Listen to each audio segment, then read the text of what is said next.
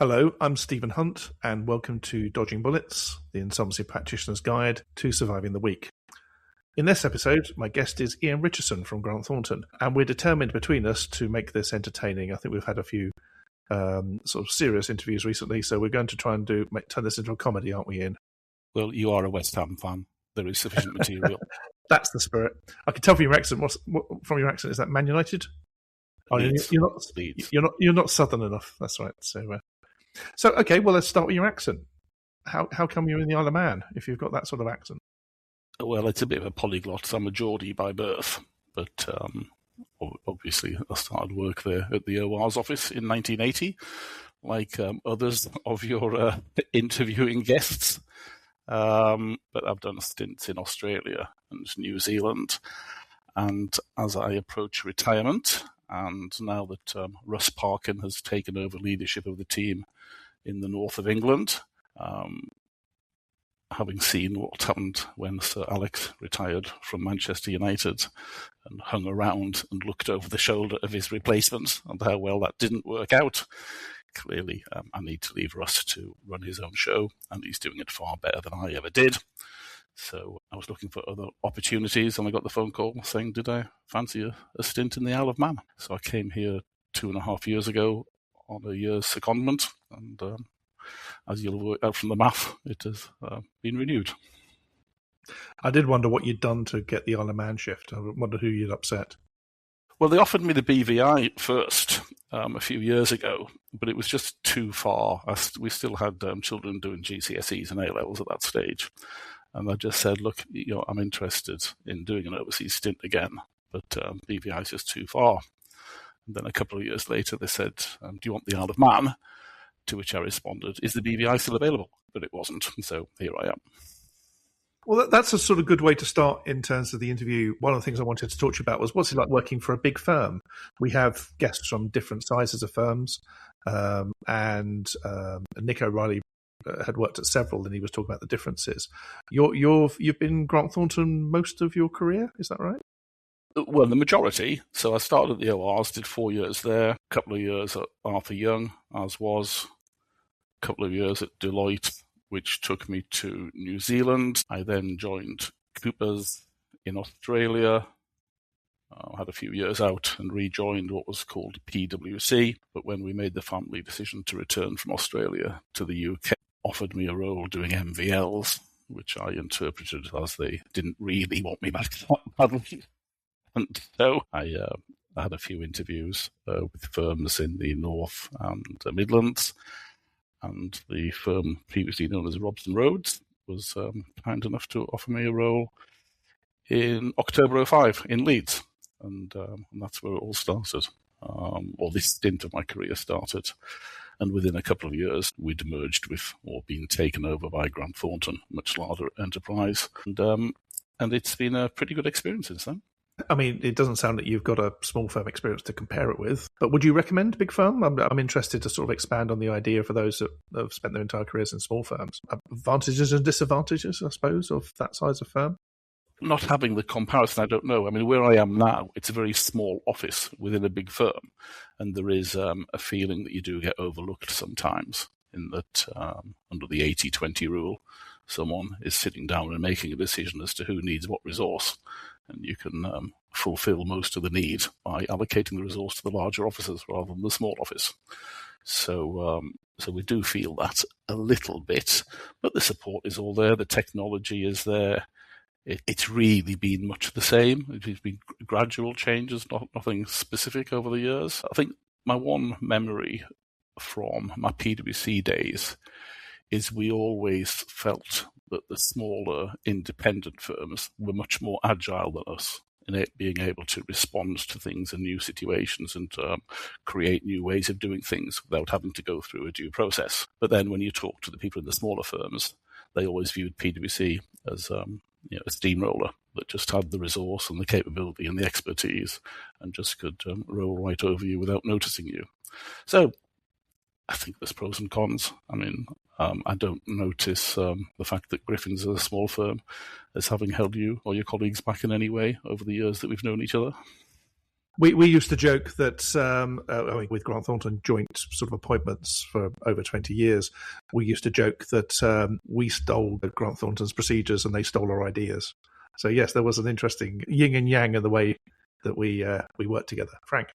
I suppose as part of that, there's also the staffing implications. So talking about the theft of ideas and processes, but what happens to staff? So with a large organisation, is it generally viewed as easier to move laterally, move up, develop experience, or do you have this sort of the problem that sometimes plagues smaller organisations, where the only way up sometimes involves going sideways and out, and then coming back in again later on?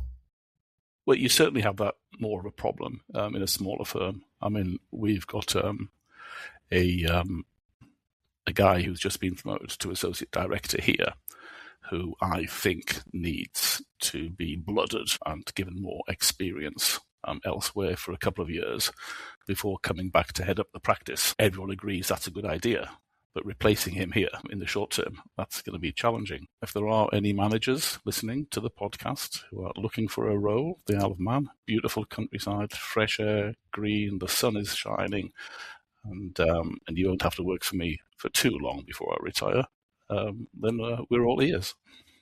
It's funny, my experience of going to the Isle of Man consisted of going on and almost not being able to go off because the ferries broke down, the fog came down, you couldn't leave the island, so you were trapped on it for a week.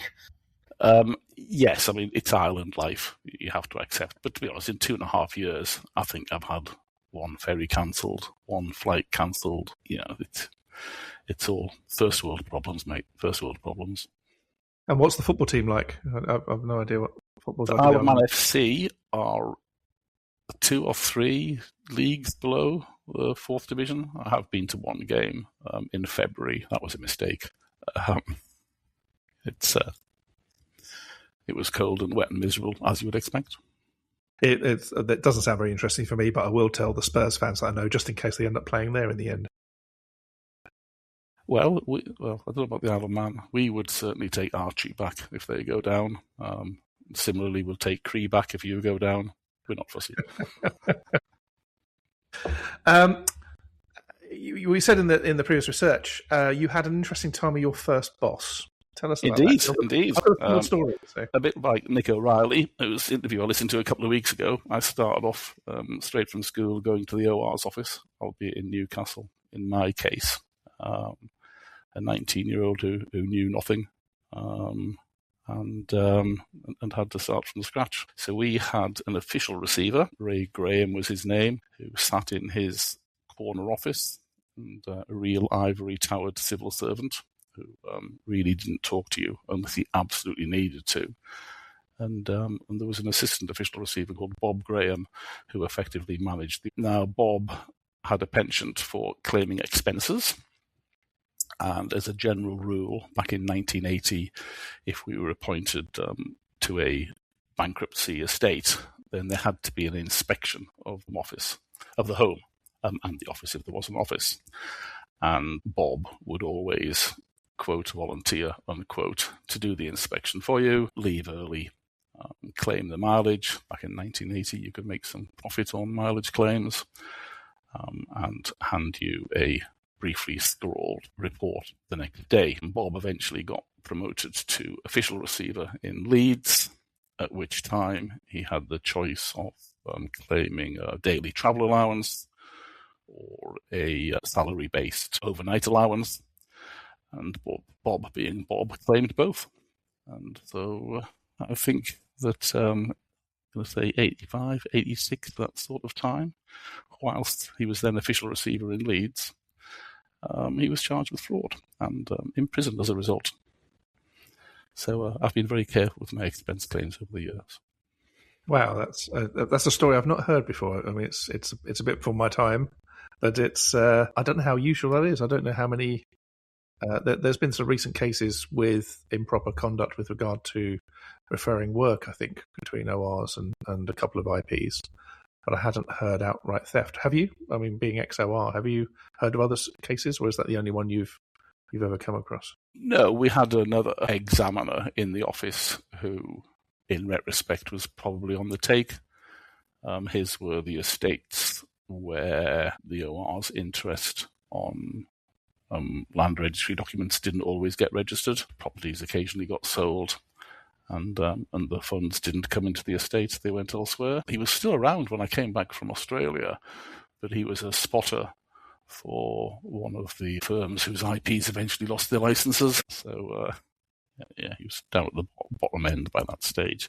So I think I never saw an opportunity myself for committing fraud, but there was obviously things that could be done. You'd question now whether when the would-be trustee came round once a month, asked us about all our cases, took us to the pub for lunch and a couple of pints, was that improper? You probably wouldn't do it nowadays, but back in the 1980s, things were a little more generally acceptable.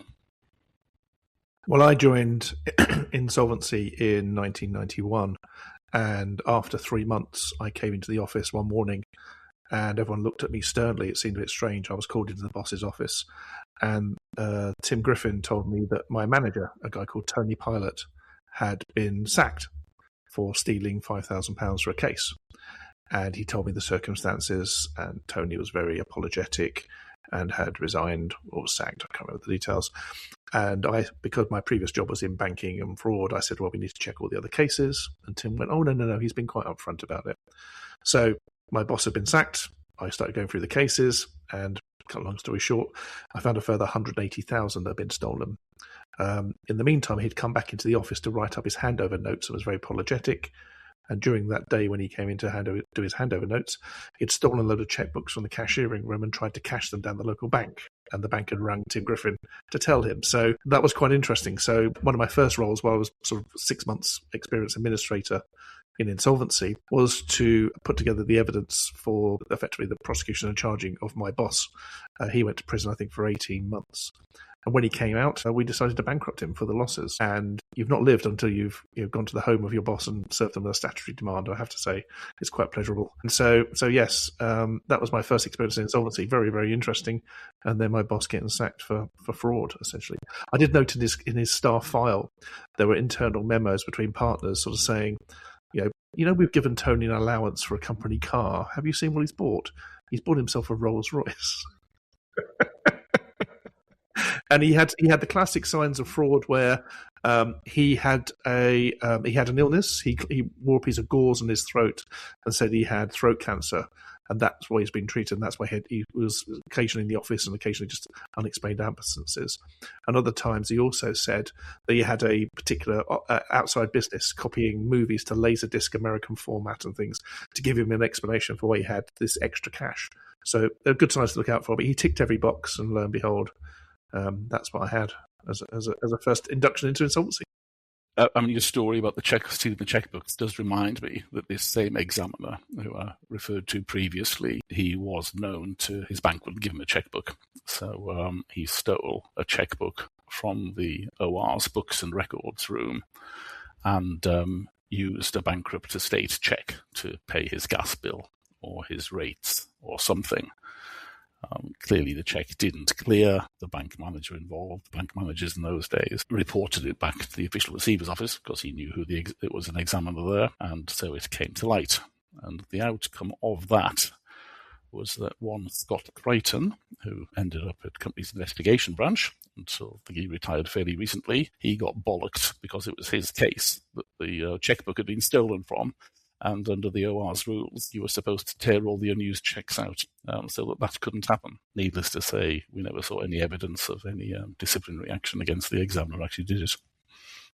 Reminds me also of the end of Cass and Beckman and Partners in the early 2000s, where I think it was John Bennett, the last IP to lose his license in the chain of IPs that lost their licenses. He fled to the United States, to Memphis, and was met at the airport by an individual whose name now escapes me with a series of checkbooks from the various estates.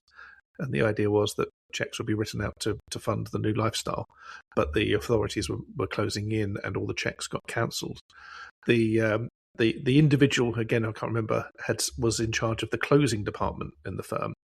And they formed a series of limited companies to trade as effectively Cass and Beckman Partners closing department. And one of the limited companies was called Open the Box Limited. but my favourite was called Cheeses of Nazareth Limited, all trading as Cassametman. They were so aware that their days were numbered. They were just making jokes about their thefts. And yes, these they had comedy. On the company's house, they gave their occupation as rocket scientist or astronaut or various other things, just for humour's sake, gallows humour, knowing that the noose was tightening, they were losing licenses, the firm was going to go down. So yes, happy memories back in the days where we handled checks. Indeed. And you took them down to the bank and asked them to be, was it special clearance or emergency clearance to get the cash into your account overnight rather than the 3 days before the guy who wrote it had second thoughts about whether or not to let it be honoured or not. Let me move back to the big firm thing. So I see Grant Thornton have taken the sort of PE house investment shilling. How does that work in a firm that's now no longer a sort of old-fashioned partnership, for want of a better word? How's that developed? Well, I won't know fully until I see the first year's accounts and I can read the notes. I'm not an equity partner in GT. I'm a director, a salaried employee, so I don't see the full picture. But the long and the short of it is that we've got some external investment, and that is being used to digitize a lot of AI, a lot of new tools. We had a call this morning going through some of the new opportunities available. I think it's interesting. I think it's exciting. I don't know where it leaves us in terms of people at the bottom of the structure. I think the old pyramid, whereby we took people in as trainee accountants, and then most of those qualify, but once they qualify, 2/3 leave and go off to industry. At that point, the recovery team tries to poach a few people, because I always like to have someone who's a recently qualified accountant to be up to date on the financial standards. Because whilst accounting rules haven't changed since accounting principles haven't changed since the 80s, a lot of the disclosure and reporting is well beyond my memory now. So all those people then come through, and then they get trained up and they specialise, and they go and become an assistant manager, and then a manager, and associate director, and a director, and hopefully a partner. So it's a pyramid model. The thought now is going to be more of a diamond-shaped model, in that there's going to be less people needed at the bottom. My question is, if there's less people at the bottom, there's less people needed at the bottom, how are you then going to fill the widening need in the middle? So that's going to be interesting times. Yes, the use of AI can really drain the feeder jobs. You're seeing it in, again, just temp jobs for students working in supermarkets on the tills. If there are no tills, there are no jobs. There's a whole sector where you're not getting that blooding in basic experience of how to work for a boss, and leaving school and adapting. And then if basic jobs are also being done by AI, where's the future partners coming from if there's no future juniors? Yeah, well, my son, who did his A-levels last year, is looking at doing a computer course this year, is currently getting up at 5 a.m. each day to empty trucks at Marks and Spencer's food store. I'd like to think that AI won't be replacing that anytime soon. And I just think it's incredibly good discipline, getting out of bed at 5 in the morning, and will look good on a CV, and that future employees will know that he can get out of bed at 5 in the morning. Cue the podcast entirely about people's first jobs, because I think mine was probably being a sort of a paper delivery boy, and no newspapers, no need for newspapers. Everyone gets it online. So there goes that one particular sector of society. And there's a common shared experience of jobs you have with your children that's no longer there. And of course, Indeed. that feeds into your understanding of how the world works. What are normal things? How do people earn money? There's a lot of, I suppose, almost instinctive information, which is very relevant to doing the work in insolvency, where you need to have lived your life. You need to have sort of gone out and done those bits of work. And if that's not there, then everyone's getting their experience in a bubble. Does that make them less effective further down the line? Yeah, these things are the challenges to running a firm, and to sort of enhance Ian's point, in a smaller firm, there's discussions with IPs in smaller firms. There seems to be a generational reluctance to become partners or equity partners. It's about risk. There's a desire to earn more money. There's a desire to pass exams, and I think be appointment takers still. But the the path to partnership seems to have changed. There seem to be fewer candidates, fewer appetites, more risk averse, I think, the generations coming through. And they'd prefer to be in a bigger firm and slightly away from the risk is something I've detected. Again, I don't know if there's anything similar to that manifesting itself in bigger firms. I don't know. I think we still have the keenness to move forward. I think there's an acceptance that that not everyone's career will end up at partnership. We have people who have got even more. I'm not boasting about my experience, but have worked in insolvency for more years than I have. Who've got very specialised roles within the team. Our technical director, a lad called Stephen Hill, not sure that partnership was ever on his ambition, but he's probably one of the most valuable people within the firm, just in terms of everyone knows that we can go to him if we've got an technical issue, and because he knows everything, or knows more than anybody else, about how to apply the different bits of legislation to different circumstances. Incredibly useful. But he's not going to be out there winning work. He's not going to be out there on our old day one jobs telling people what it's going to be like trading under a receivership or later an administrator. Just a different role entirely. Is there a risk that is the kind of job that might be replaced by AI? Well, the caveat at the bottom of every time I use AI is, remember, AI might be incorrect. So I don't know how you guys use AI at the moment, but I tend to use 2 or 3 different models. And obviously, you've got to be careful. I can use models more widely if it's all publicly available information, but compare and contrast what you get out of those. But if it was technical, I'd still run it past Stephen afterwards. I suppose there's a confidence in speaking to an individual who's an expert that you don't get from simply interrogating a computer program. And we will always value individuals as experts more, but it won't stop people from then sort of having a second look or getting a second opinion. I'm thinking of every time you go to the doctor, you get their view, and then you go off and have a quick check on the internet anyway to see what's going on. Well, I'm moving back to our MTech days, Stephen. There was an old-style decision came out of the first-tier tribunal either last week or the week before, Pacific Computers, and I bunged that into ChatGPT and said, summarise this and the impact that it's going to have on Pacific Computers' financial statements as filed at Companies House.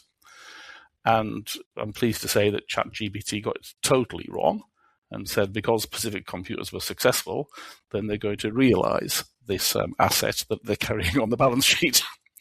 So I then copied and pasted the particular section of the judgment that said they've lost the case. And ChatGPT just reversed it straight away and then gave a very accurate summary of what was going to happen to the financial solvency of the company. But 100% wrong first time round. So maybe you've cracked the question we had a few episodes ago about Nicholson versus the IPA that I know you were involved with, where the IPA curiously declared that they'd won, having lost on every single point. Maybe they were trying to trick AI. Maybe that was the... Well, I assumed that they were reading the press report that came out the previous week, saying that the liquidators had lost on all the applications. And we were scratching our head, did you actually read the judgment? Did you just bung it into the AI and it was too long and it lost interest halfway through? I mean, who knows? Any developments on that case? We haven't spoken about that for a while. Has that moved forward at all? But I think we're just waiting for the consequentials hearing on that, and I think there'll be some more clarity and certainty after that. It hasn't been fixed yet that I'm aware of. I've worked with GT on and off for 20 years on various projects and things like that, and I've done in several countries as well. And I'm aware that one of the structures of Grant Thornton is it's sort of joint ventures in various areas. How has that been affected by the PE model? It was a question I wanted to ask because I know that can be quite a complicating factor on firms expanding if they've already got existing ownership structures. Is there anything shed any light on that at all, or is that? Well, I think as post, I don't know what the American transaction, which is the first one, was called, but the Irish one was called Emerald. The UK one was called Acorn. So post those transactions, there's been a gradual alignment of the individual member firms to one PE house or the other. The majority in number have gone with the US firm, New Mountain Capital. but a few have followed the UK with Sinven. We still work very closely together. We had an offshore meeting around Insol last week where it doesn't matter what member firm you're from, you still, if there's an appointment to be taken in a jurisdiction, then it needs to be taken by the IP who's in that jurisdiction. And where there are cross-border issues, you just have to work together. There will no doubt be challenges down the line, but at the moment, certainly within our practice, it doesn't seem to be too much of an issue. I was aware, again, 10, 15 years ago, where working with GT, the Dubai office, I think was either joint venture or quite wholly local and things. And it was, so it's not really unique to PE, but or that sort of structure of ownership. But there was a sort of, as you say, if on the MTIC cases, for example, if the English IPs needed to go to do something in Dubai, is there a sort of jurisdictional challenge where you have to sort of climb over your local guy to do what you need to do, or how does that work in a big firm? You need to pick up the phone and say that you're coming, this is what you want to do, and how best is it going to work? For instance, if you were going to come to the Isle of Man, it is a legal requirement to be registered to provide insolvency services, and it's a criminal offence if you don't.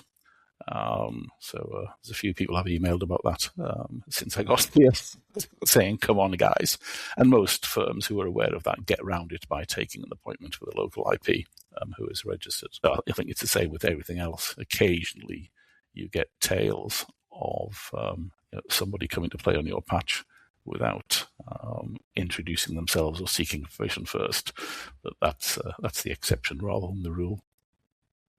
I do remember in 2009 when Griffins were looking for a local partner in Dubai, we sort of we had a beauty parade of half a dozen firms, and we turned up at one firm for a meeting, and on their door it said they were Baker Tilly, and we thought that's unexpected, and they're part of Baker Tilly International or whatever. When we sat down and asked them about it, they said, "Oh no, we've got a joint venture agreement for audit, tax, this, that, and the other, but not for insolvency. So we can be Griffin's Insolvency, but Baker Tilly Accountancy." Yeah, that's not going to work. But it was quite interesting to see the different quality of potential joint venture partners, shall we say? So it must be an interesting challenge to find those in those jurisdictions. Well, GT Cayman is almost like that in that you've got the US-owned practice that does audit and tax, and you have the UK-owned practice, Grant Thornton Specialised Services Limited, which provides insolvency and restructuring services. Separate offices, separate teams, separate rules. Everyone plays together nicely. It's so completely out of my experience of insolvency. It's fascinating to think about how that must work.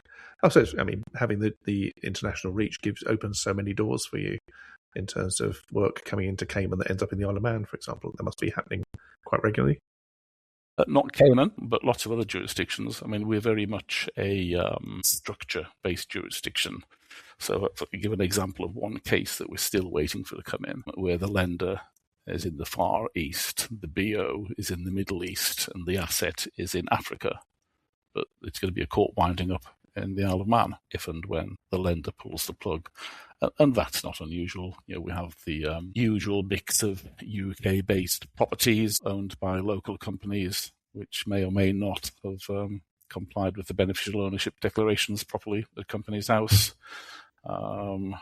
We have funds with very clear Russian links, which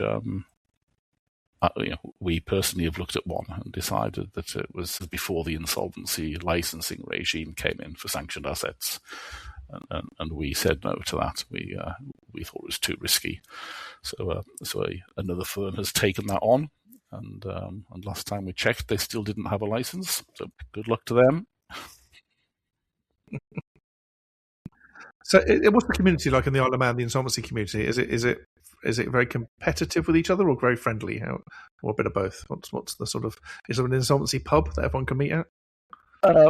Not particularly. In terms of my practice, there is probably one main competitor, which is an initials firm that is known to you, but with whom we have I'd like to think, a cordial working relationship. We pitch for the same jobs, but we can't do everything. The big four really are MVL practices, and then there's a couple of smaller, not quite, but close to one-man band operators. So I mean, the biggest competition really is the fly-ins from the UK. Like to, in one instance, have a shingle on the Isle of Man and have a company registered on the Isle of Man, but you can't go and knock on their front door and actually have anyone and actually find anyone there. Steve, tempted? Yeah, sounds very good. What's the address I should register at? Just so I can be clear. So if more serious point, if I've got a case on the Isle of Man, a recommendation, is that something you and I can do jointly, or did you say, or is it something it has to be just a local IP? So it depends what it is. If it's a court winding up, one of the practitioners must be Isle of Man based, so we would do that on a joint basis.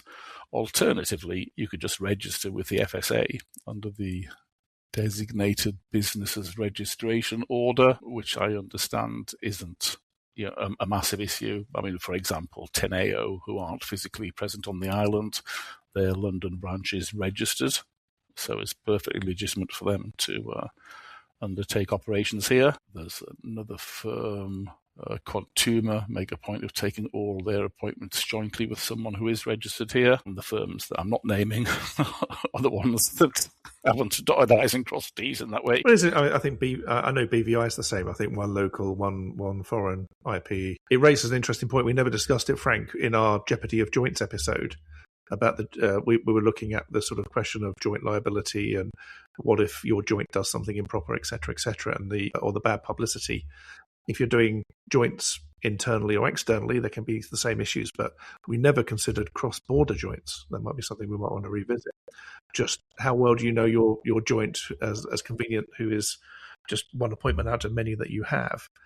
How do you deal with a split of work? And what if it goes wrong? What if you need to intervene because your joint is failing? It creates all sorts of potential issues. And for the sake of cross-border joints, we're not talking about simply England and Scotland, for instance. This is genuinely different jurisdictions. What, you don't think Scotland's not a genuinely different jurisdiction? Oh, you've started something now, Frank. Go on. I'm going to stand back now. I find that border far scarier from the difference in insolvency rules than many other borders. Second home for me, so because I cut my teeth in the accountant in bankruptcy, you see, and that was the start of my career, and I can't share any stories about people stealing money because everything was locked down very tightly. So yes, the AIB doesn't publish insolvency information. They still do not publish stuff online. You still actually have to email them to say, can I have information on this company? And they say, what's your reason? I'm a nosy IP. And I think there's a matter of interest but in England, it's a matter of public record. You're entitled to look at it. But the AIB, obviously not in England, I accept that, but they are part of the UK. You'd like to think they'd have the open government approach that the UK Companies House has.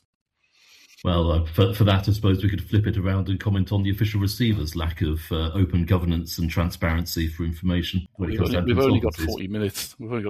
So don't start me on that, mate. That could be a theme. We could interview people from all the various islands and jurisdictions around the Isle of Man and see who they want to diss out of their competitors and things like that.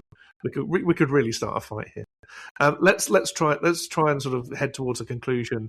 I want to talk to you a little bit about, I suppose, sort of folding into how you're marketing, I suppose. And do you get to still go to the things like the R3 conferences, European conferences, things like that? Is that Yes, I'll be there next week. And I see that certain people are going light and certain people are going heavy. So looking forward to catching up with a few people there.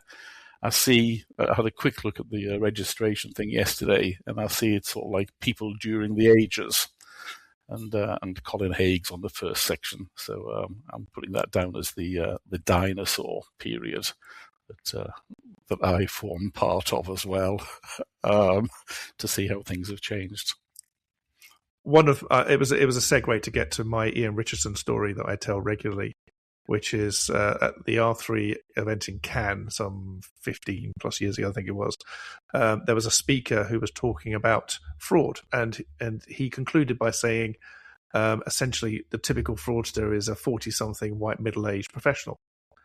And I was waiting for him to do a punchline and point to the audience in some way, and he didn't. He just ended it there. and then you stood on the stage to start the next thing. Well, this is my recollection, by the way. You may have a different recollection. And you smiled and muttered something about the previous speaker. I thought, Ian's got the joke. But instead of saying, making something, you went, it reminds me, is Steve Hunt in the audience? And everyone looked at me, and I thought, where's this going?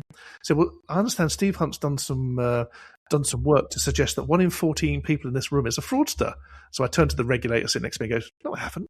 So anyway, you gave your speech. Everyone looked at me. The entire profession effectively is fed this information from you. And then I grab you afterwards and say, Ian, what was all that about? And you said, well, didn't you say on a train once that was it? You did this, and this. I said, no. He goes, oh, my mistake. So thanks, Ian. That's my version of it. So the entire room felt that I was analysing the conduct of all the insolvency practitioners in the room. But that was the train journey that I and Kevin Hellard ended up at the same table. And I was supposed to be having my annual appraisal with Kevin on the journey, but he was tied to his phone, as is frequently the case. And you and I were just chatting backwards and forwards. And I'm sure that you came out with that. It might have been from your Barclays days. I can't remember. My real memory of that conference is, obviously it's the first big conference I'd spoken at. And I think Andrew Neil was either just before or just after me. And yeah, the difference in quality of presentation was very noticeable. Do you remember the hostile question he got from the audience and who the questioner was? Do you remember that? There was a very, shall we say, right-wing, anti-foreigner question.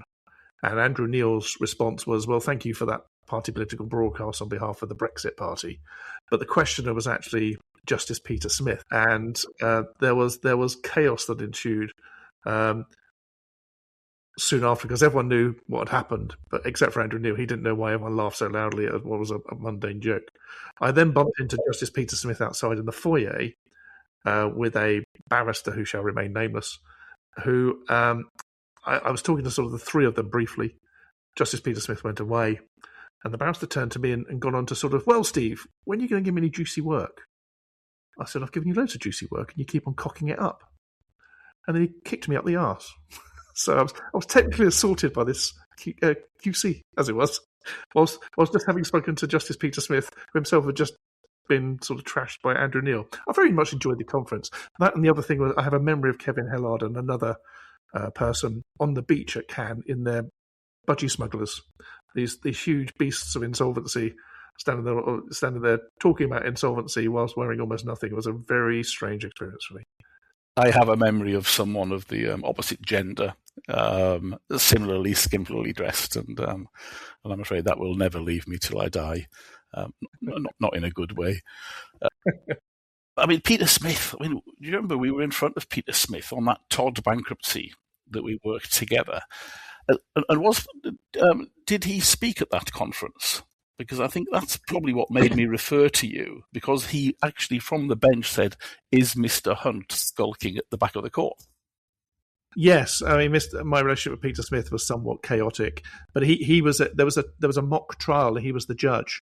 And in making his decisions in the mock trial, he kept on referring back to his own precedents, his own judgments on the cases, which was very realistic because that's all he ever did in the High Court. He would only ever refer to his own judgments and say essentially how clever he was because of his sort of inferiority complex, which came over very strongly in court.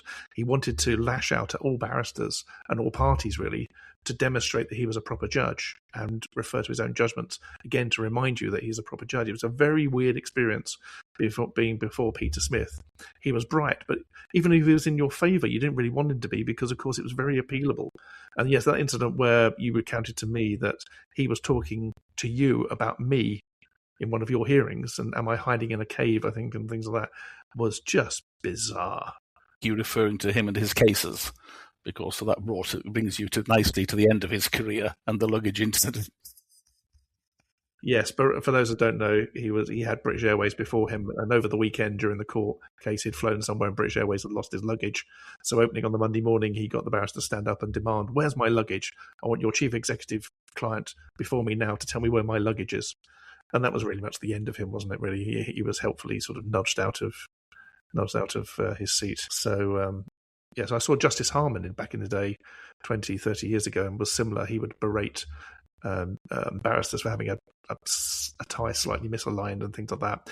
Really strange. And then he effectively resigned because he spent 18 months trying to do a reserve judgment, and he'd forgotten the case, and he just became too just intellectually weak to be able to fulfill his job. But he was still lashing out at the end. It was quite a big experience to be in the same courtroom and watch this go on.